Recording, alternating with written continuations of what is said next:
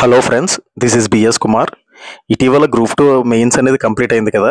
Next మళ్ళీ group two notification వస్తుందా, వస్తే ఎప్పుడు రావచ్చు, ఎన్ని పోస్టులు ఉండొచ్చు అని వివిధ సందేహాలకి నేను కొంత క్లారిఫికేషన్ ఇవ్వాలనుకుంటున్నాను.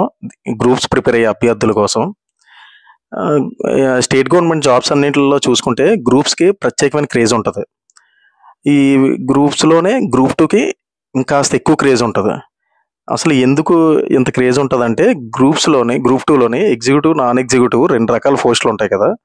ఎగ్జిక్యూటివ్లోని సెలెక్ట్ అయినా, నాన్ ఎగ్జిక్యూటివ్లో సెలెక్ట్ అయినా సరే, ఇందులోనే ఎంపికైన అభ్యర్థి తన జీవితకాలంలోని ఈజీగా తక్కువ వ్యవధిలోనే గ్రూప్ వన్ ఆఫీసర్ అవుతాడు. అది ఎగ్జిక్యూటివ్లో అయితే డీటీ అవనివ్వండి, సబ్ రిజిస్టర్ అవనివ్వండి, లేబర్ ఆఫీసర్ అవనివ్వండి, ఎవరైనా ఎగ్జిక్యూటివ్లోనే సెలెక్ట్ అయిన అభ్యర్థి అతి తక్కువ కాలంలోనే గ్రూప్ వన్ స్థాయికి వెళ్తాడు. అదే నాన్ ఎగ్జిక్యూటివ్లోనే ఎంపికైన అభ్యర్థి కూడా కొంత ఎగ్జిక్యూటివ్తో కంపేర్ చేసుకుంటే కొంత టైం తీసుకున్న విత్ ఇన్ 15 years లోపు గ్రూప్ వన్ స్థాయికి వెళ్ళిపోతాడు అనమాట.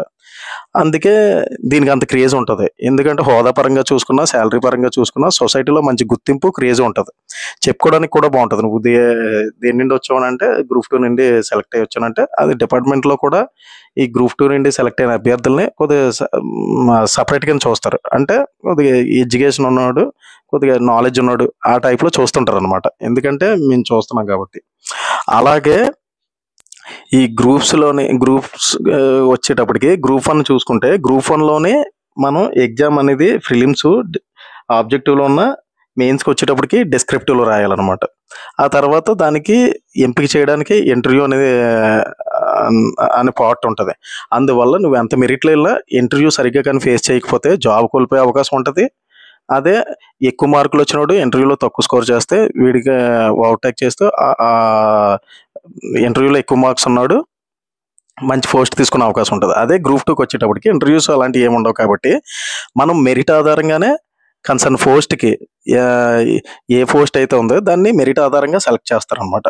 అందువల్ల ఇందులోనే ఎంత బాగా చదువుకొని అంత మంచి స్కోర్ తెచ్చుకుంటే నువ్వు అంత మంచి పోస్ట్కి ఎంపిక అవుతావు. అదే కాకుండా మంచి హోదా, తర్వాత సొసైటీలో గుర్తింపు అన్నీ ఉంటాయి. శాలరీ ఇలా ఏది చూసుకున్నా, ఏ విధంగా చూసుకున్నా సరే గ్రూప్ టూ అనేది చాలా బాగుంటుంది ఉద్యోగపరంగా చూసుకునేటప్పటికి.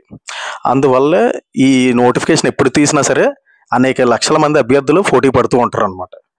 మీరు ఏ గ్రూప్ టూ నోటిఫికేషన్ చూసుకోండి, మినిమము 5 లక్షల నుంచి 6 లక్షల మంది అటెంప్ట్ చేస్తూ ఉంటారు. అందువల్ల దీన్ని బేస్ చేసుకుని చాలా కాంపిటేటివ్ ఇన్స్టిట్యూట్స్ కూడా రన్ అవుతుంటాయి అన్నమాట. అందువల్ల దీనికి అంత క్రేజ్ ఉంటుంది.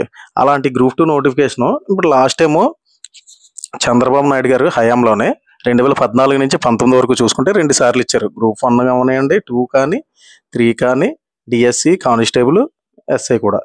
ఇలాగే ఆ తర్వాత ఏమైందంటే 2014 నుంచి 19 వరకు అప్పుడు 58 years ఉన్న ఎంప్లాయీస్ యొక్క ఏజ్ లిమిట్ అనేది, రిటైర్మెంట్ ఏజ్ లిమిట్ అనేది 60 years చేశారు. తర్వాత వచ్చిన జగన్మోహన్ రెడ్డి ఆయన ఇంకో 2 years పెంచి 62 years చేశారనమాట. దీనివల్ల ఏమైందంటే రిటైర్మెంట్ అవ్వాల్సిన వాళ్ళందరూ స్టక్ అయిపోయారు అనమాట. స్టక్ అయిపోయి ఒక 2 సంవత్సరాల వరకు రిటైర్మెంట్స్ లేవు. ఆ రిటైర్మెంట్స్ లేకపోవడం వల్ల ఏ డిపార్ట్మెంట్ స్టాగ్నేట్ అయిపోయి ఉండిపోయారు అనమాట. ఎప్పుడైతే 2022 నుంచి ఆగిపోయిందో రిటైర్మెంట్స్ అనేవి, జగన్మోహన్ రెడ్డి గారు 2022లో పెంచారు 2 years. ఆ తర్వాత మళ్ళీ 2024 నుంచి రిటైర్మెంట్స్ స్టార్ట్ అయినాయి అనమాట. క్రిందట 2024 జూలై చూసుకునేటప్పటికి దాదాపుగా 30 నుంచి 40 వేల మంది ఎంప్లాయీస్ రిటైర్ అయ్యారు. ఎందుకంటే అప్పటి వరకు 2 సంవత్సరాల నుండి స్టక్ అయిపోయిన వాళ్ళందరూ అప్పుడు రిటైర్మెంట్లు జరిగినాయి అనమాట. అప్పుడు ఖాళీలు అయినాయి. ఆ తర్వాత అదే ఇయర్ జూలైకి వచ్చినప్పటికీ జూలైలో దాదాపు 50 నుంచి 60 వేల మంది ఎంప్లాయీస్ రిటైర్మెంట్స్ ఉన్నాయని ఒక అంచనా అనమాట. దీన్ని ఎందుకు చెప్పగలుగుతున్నానంటే మాది ఫైనాన్స్ డిపార్ట్మెంటే, క్యాడర్ స్ట్రెంత్ అనేది మా పరిధిలోనే ఉంటుంది కాబట్టి నాకు ఒక అంచనా ఉంది కాబట్టి చెప్తున్నాను అనమాట. అందువల్ల ఖచ్చితంగా నోటిఫికేషన్ అయితే డ్యామ్ షూర్గా వస్తుంది.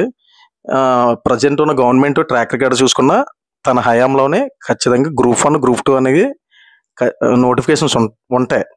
గత సినారియో చూసుకున్నా, ఇప్పుడు చూసుకున్నా సరే. అందువల్ల మొన్న ప్రిలిమ్స్లో క్వాలిఫై అవ్వలేని అభ్యర్థులు కానీ, ఈసారి మెయిన్స్లోనే సరిగ్గా అటెంప్ట్ చేయలేని వాళ్ళు అవ్వచ్చు, ఫ్రెషర్స్ అవ్వచ్చు, తక్కువ మార్కులు తెచ్చుకున్న వాళ్ళు అవ్వచ్చు, ఈ నెక్స్ట్ సారి వచ్చే నోటిఫికేషన్లోనే మంచి పోస్టులు ఉంటాయి, ఎక్కువ పోస్టులు కూడా ఉంటాయని నేను అనుకుంటున్నాను. అందువల్ల మనం ప్రిపరేషన్ అనేది ఆపకూడదు. ఎప్పుడైతే లాస్ట్ టైం నోటిఫికేషన్కి మీరు ఎప్పుడైతే ప్రిపరేషన్ స్టార్ట్ చేశారో అప్పటి నుంచి ఆ ప్రిపరేషన్ అనేది కంటిన్యూ చేస్తూ ఉండండి.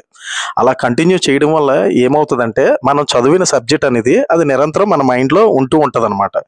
ఇది ఎలా ఉంటుందంటే ఈ నోటిఫికేషను ఇప్పుడు ఎలాగ కంప్లీట్ అవుతుంది, నెక్స్ట్ ఇయర్ ఏదో టైంలో నోటిఫికేషన్ అవ్వచ్చు, అది ఎప్పుడైనా అవ్వచ్చు, ఇస్తారు, మ్యాక్సిమం ఇచ్చే అవకాశాలు ఎక్కువ ఉన్నాయి.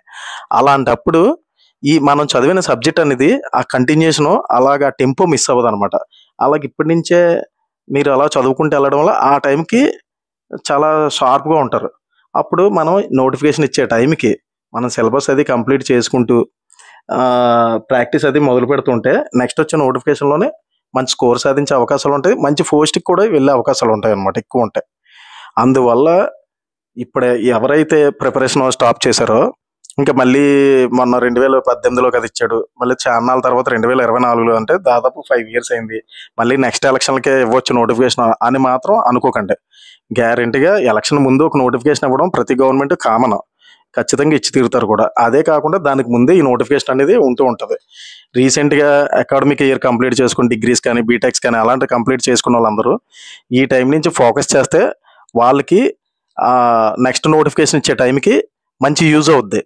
అంటే మనం చదువుకున్న ప్రిపరేషన్ అనేది ఆ తర్వాత మనం జాబ్లోకి వెళ్ళడానికి ఎక్కువ ఛాన్సెస్ ఉంటాయన్నమాట. అందువల్ల ఇప్పటి నుంచే నెగ్లెక్ట్ చేయకుండా మన ప్రిపరేషన్ అనేది కంటిన్యూ చేస్తూ ఉంటే నెక్స్ట్ నోటిఫికేషన్లోనే మంచి పోస్ట్ కొట్టచ్చు, మంచి హోదాలో కూడా ఉండొచ్చు ఫ్రెండ్స్. నా వరకు తెలిసిన ఇన్ఫర్మేషన్ మీకు షేర్ చేశాను ఫ్రెండ్స్. ఇది నచ్చితే లైక్ చేయండి, సబ్స్క్రైబ్ చేయండి. Okay friends.